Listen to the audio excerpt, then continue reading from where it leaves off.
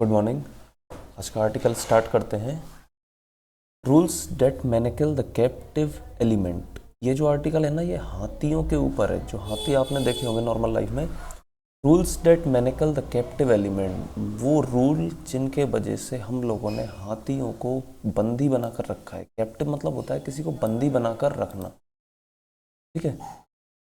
ये जो आर्टिकल लिखा है ये शुभ्रा सोती जी ने लिखा है। एक एनवायरमेंटलिस्ट है, एनिमल स्पेशलिस्ट है, wild life policy research eight human society international. बहुत शानदार आर्टिकल है। चलिए हम स्टार्ट करते हैं इसको पढ़ना। In India where elephants are revered a sacred symbol of wisdom and strength. Bharat में where elephants are revered a sacred symbol of wisdom, यहाँ पर हाथियों को इज्जत दी जाती है। रिवर्ड मतलब होता है किसी को रिस्पेक्ट देना। ये इसका मीनिंग है to very much respect and admire someone और समथिंग। जहाँ पर हाथियों को बहुत ज़्यादा ही रिस्पेक्ट दी जाती है। ए सेक्रेड सिंबल, सेक्रेड मतलब होता है पवित्र। सेक्रेड मतलब क्या होता है? पवित्र। As a sacred symbol and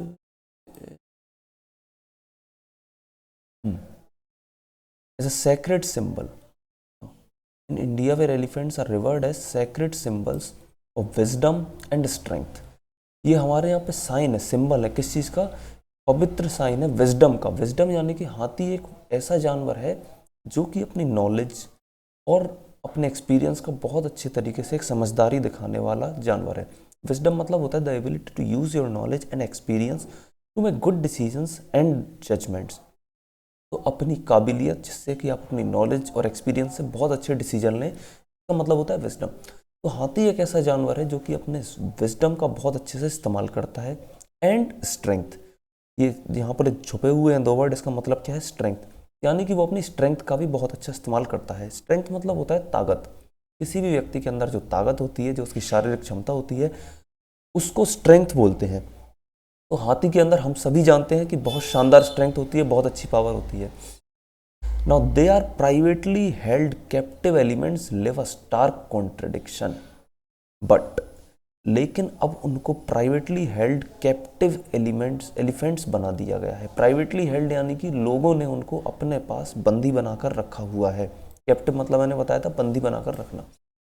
तो लोग क्या करते हैं कि हाथियों को अपने बिजनेस के लिए, अपने एंटरटेनमेंट के लिए और अलग अलग कारणों से बंदी बनाकर अपने पास रख लेते हैं। They held privately kept elephants live a stark contradiction. Stark contradiction का यहाँ पे मतलब हुआ कि जैसा हम लोगों के यहाँ पे हाथियों को सेक्रेड माना जाता है, जितना पवित्र माना जाता है, बिल्कुल उससे उल्टा।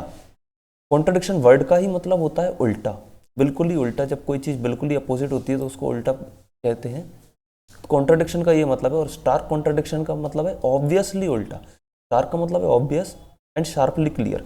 यहाँ पर जो भी वर्ड का मैं मीनिंग आपको बता रहा हूँ, आप उसको हाल के हाल ही याद कर लें, जिससे भविष्य में आपको कभी ये वर्ड मिले तो आपको देखते ही उसका मीनिंग याद आ जाएगा।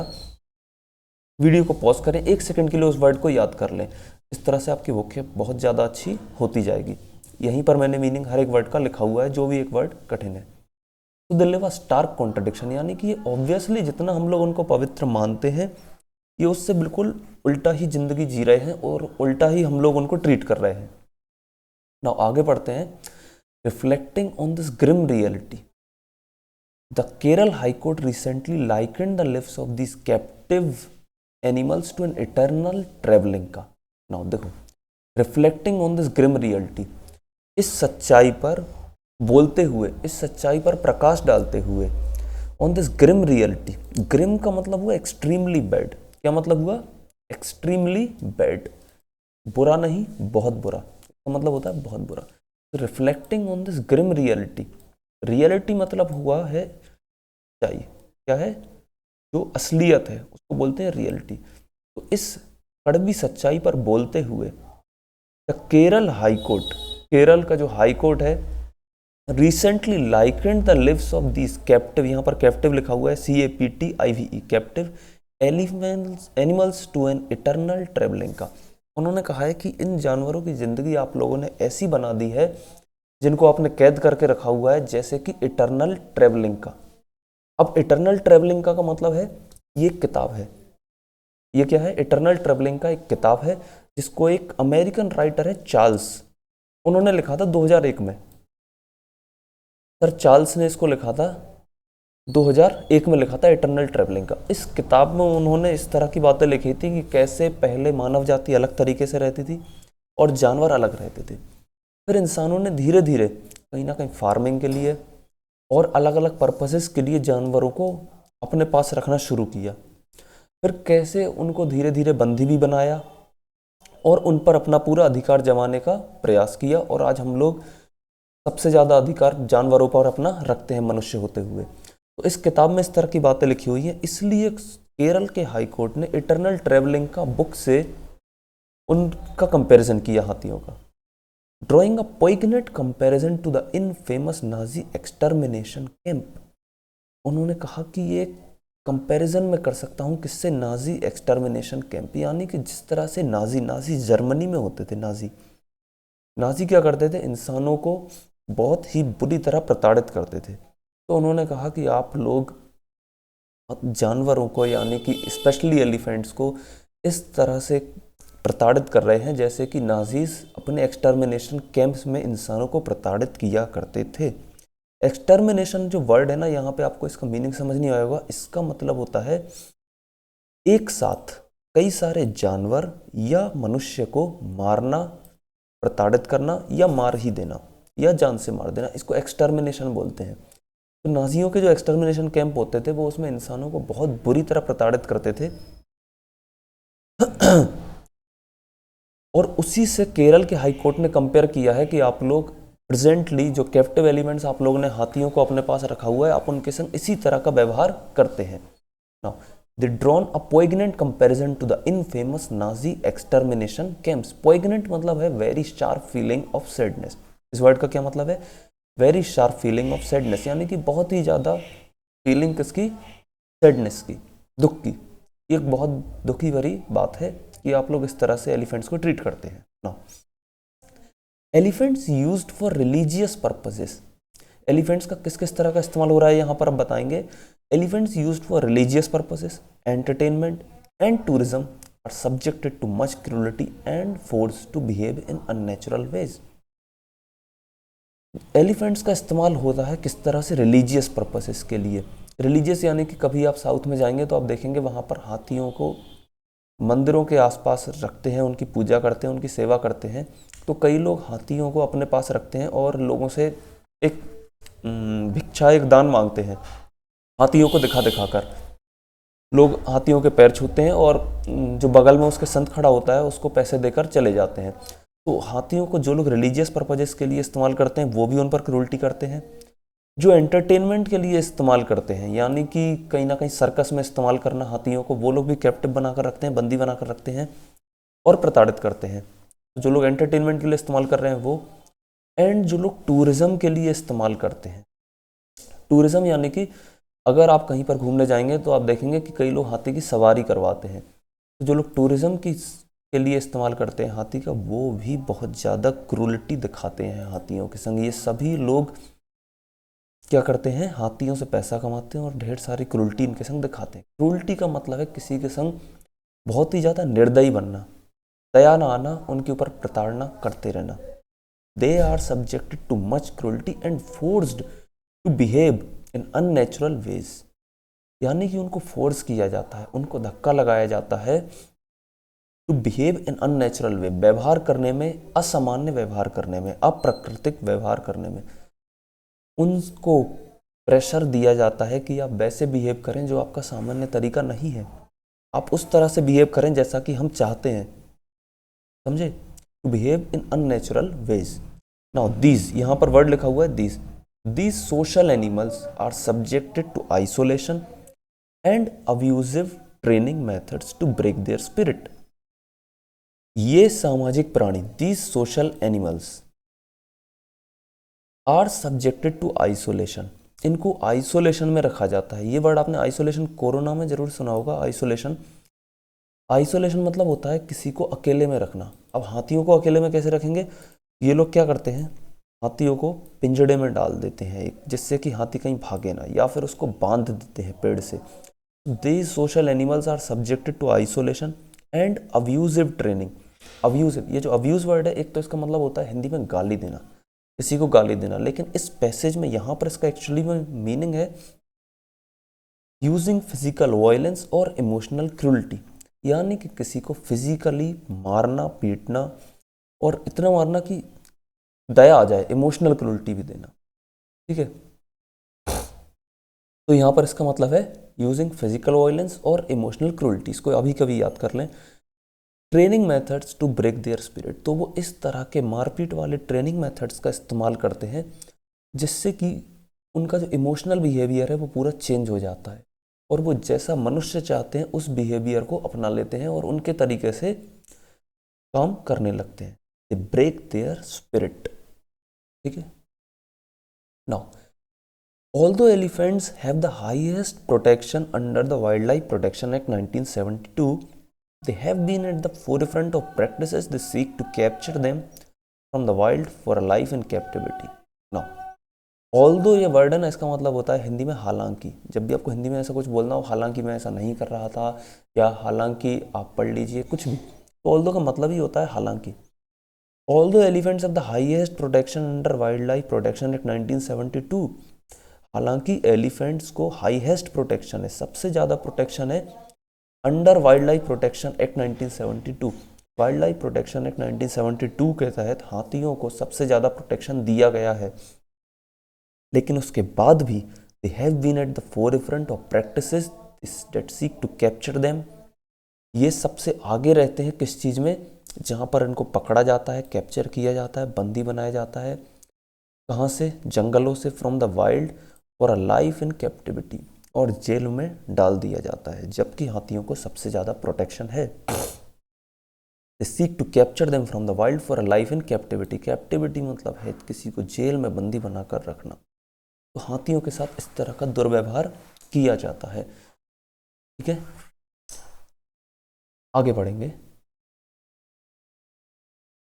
New rules and loop holes, नए रूल्स क्या आए हैं और उनमें लूप होल्स क्या है। लूप होल्स यानी कि जब कोई नए नियम या कोई भी नई चीज़ आती है तो उसमें जो खामियां रह जाती हैं उनको लूप होल्स बोलते हैं। मतलब कि नए रूल्स तो आ गए, लेकिन उनमें भी कई सारी गड़बड़ियां हैं, अभी भी कई सारे उसमें छेद हैं जो भी भरने की ज़रूरत है। ना राइटर ने लिखा है, in its intent to regulate potential misuse of captive elephants in private custody and curb illegal captures from the wild in its intent. Intent मतलब होता है इंटेंशन, जो वर्ड है ना इंटेंट, इसका मतलब होता है इंटेंशन। इंटेंशन यानी कि आप जो करना चाहते हैं, जो आपके अंदर से करने की इच्छा है, उसको इंटेंशन बोलते हैं। तो in its intent to regulate potential misuse of captive elements, to regulate potential misuse of captive elements, यानी कि जो जानवरों को लोग बंदी बनाकर रखते हैं उनके लिए एक रेगुलेशन आया है, to regulate in private custody and curb illegal capture from the wild. जो इलीगली हाथियों को पकड़ लिया जाता है उसको रोकने के लिए, कर्ब मतलब होता है टू स्टॉप, सबको रोकने के लिए the ministry of environment forces and climate change, जो मिनिस्ट्री है पर्यावरण, फॉरेस्ट यानी कि जंगल, और क्लाइमेट चेंज यानी कि मौसम परिवर्तन की जो पूरी मंत्रालय है, MOEFCC, publish the captive elephant transfer और ट्रांसपोर्ट रूल्स इन मार्च 2024। इन्होंने एक रूल्स पब्लिश किए थे। कब किए थे? ज़्यादा समय नहीं हुआ, मार्च 2024 में ही किए थे। इसमें इन्होंने इस तरह के पूरा एक रूल्स लिखे थे कि जब आप हाथी को कैप्टिव बनाकर रखते हैं, बंदी बनाकर रखते हैं, तो आपके संग क्या किया जाएगा, साथ साथ अगर आप उसको कैसे ट्रीट करेंगे, और अगर आपको किसी और को बेचना है या देना है, आप नहीं रख सकते, तो उसके लिए भी क्या रूल्स रहेंगे। नाउ जो रूल्स थे, these rules facilitate the transport and the transfer of elephant and also specify the procedure of transfer of ownership। In rules में ये लिखा हुआ था कि आप किस तरह से एलिफेंट को ट्रांसपोर्ट करेंगे, ट्रांसफ़र करेंगे, और उसका क्या प्रोसीजर होगा, उसका क्या पूरा प्रोटोकॉल होगा, क्या पूरा रूल्स होंगे, वो भी उसमें लिखा हुआ जब आप हाथी किसी और को देना चाहें। Now however the ambiguity in procedures, लेकिन जो एम्बिग्यूटी है, एम्बिग्यूटी यानी कि व्यथा, व्यथा यानी कि व्यथा तो आप हिंदी में समझते होंगे, व्यथा यानी कि किसी चीज़ में आई हुई दिक्कतें, परेशानी, व्यथा। तो however the ambiguity in procedures and rational for transport और transfer of wild elephants could pave the way for further commercial exploitation. लेकिन जो प्रोसीजर है ट्रांसपोर्ट या ट्रांसफर करने के लिए वाइल्ड एलिफेंट्स को, जंगली एलिफेंट्स को, इससे क्या हो रहा है, और ज़्यादा कॉमर्शियली उनका एक्सप्लॉयटेशन हो रहा है। कॉमर्शियल एक्सप्लॉयटेशन यानी कि उनका बिजनेस और ज़्यादा हो रहा है, यानी कि जो नए रूल्स आए हैं उनसे लोग और ज़्यादा कॉमर्शियली उनका एक्सप्लॉयटेशन करने लग गए हैं। कहीं ना कहीं लोगों को उस रूल से फ़ायदा मिला है, ना कि कोई पाबंदियाँ। फॉर इंस्टेंस ये एक इडियम की तरह इस्तेमाल कर सकते हैं, फॉर इंस्टेंस, और इसका मतलब होगा फॉर एग्जाम्पल। राइटर अपनी बात को समझाने के लिए आपसे कुछ बात कहेगा तो वो शुरुआत में लिख देगा फॉर इंस्टेंस, जैसे कि it states that when an owner is no longer able to maintain an elephant the ownership of that elephant may be transferred. जब कोई ओनर यानी कि हाथी का ओनर, यानी कि हाथी का मालिक, owner is no longer able to maintain an elephant, जब वो बहुत ज़्यादा किसी हाथी को रखने के इच्छुक ना हो या वो काबिल ना रहे रखने के लिए, the ownership of that elephant में बी ट्रांसफर्ड, जब आप चाहें तो उसकी ओनरशिप यानी कि उसके मालिकाना किसी और को ट्रांसफ़र कर सकते हैं, उस हाथी को किसी और को ट्रांसफ़र कर सकते हैं। हाउएवर, लेकिन there is no obligation for this exchange to be non commercial, लेकिन कोई ऑब्लिगेशन नहीं है, यानी कि कोई पाबंदी नहीं है इस बात को नॉन कमर्शियल रखने के लिए। नॉन कमर्शियल का यहाँ पे मतलब हुआ है बिना बिजनेस के। जब कोई व्यक्ति अपना हाथी किसी और को देना चाहे तो दे सकता है, लेकिन वो बदले में उससे पैसे ले सकता है। सरकार ने इस चीज़ को नॉन कमर्शियल नहीं बनाया है, इसको कॉमर्शियल बनाया है, यानी कि इसको अभी भी एक बिजनेस रखा है। जब कोई व्यक्ति अपना हाथी किसी और को देना चाहे तो दे सकता है, उसके लिए पूरी प्रोसीजर दिया है, लेकिन इसको नॉन कमर्शियल नहीं रखा है, इसको बिजनेस में रखा गया है, पैसों में ये ट्रांसफरशिप होगी। Elephants can therefore be traded as movable property, इसीलिए एलिफेंट्स को अभी भी एक मूवेबल प्रॉपर्टी समझा जाता है। मूवेबल प्रॉपर्टी का मतलब होता है हमारे पास जो भी चीज़ ऐसी हो जो बिक सकती हो और इधर से उधर मूव कर सकती हो, जो इधर से उधर मूव कर सकती हो। मान लो हमें अपना सोना चांदी बेचना है, ये चीज़ें मूव कर सकती हैं, हम जहाँ भी चाहें उसे लेकर जा सकते हैं, हम अपने हाथी को भी जहाँ पर चाहें लेकर जा सकते हैं, लेकिन हम अपना दुकान या मकान कहीं पर लेकर नहीं जा सकते, वो अपनी जगह रहेगा। जिसको चाहिए उसे उस जगह पर आकर रहना पड़ेगा, देखना पड़ेगा। तो दो तरह की प्रॉपर्टीज़ होती हैं, मूवेबल एंड इमूवेबल। तो हाथी को एक मूवेबल प्रॉपर्टी की कैटेगरी में डाल दिया गया है, ठीक है। The rules also provide for transport of the elephants temporarily. Rules में ये भी लिखा है कि आप हाथी को टेम्पररीली कैसे ट्रांसपोर्ट कर सकते हैं।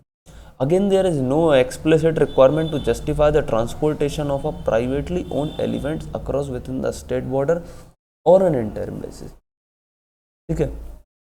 इसके लिए अलग से इन्होंने कोई रिक्वायरमेंट नहीं दी है जो बताएं कि अगर आपको एलिफेंट को स्टेट के अंदर ही अगर ट्रांसफ़र करना हो तो किस तरह से करेंगे, ठीक है।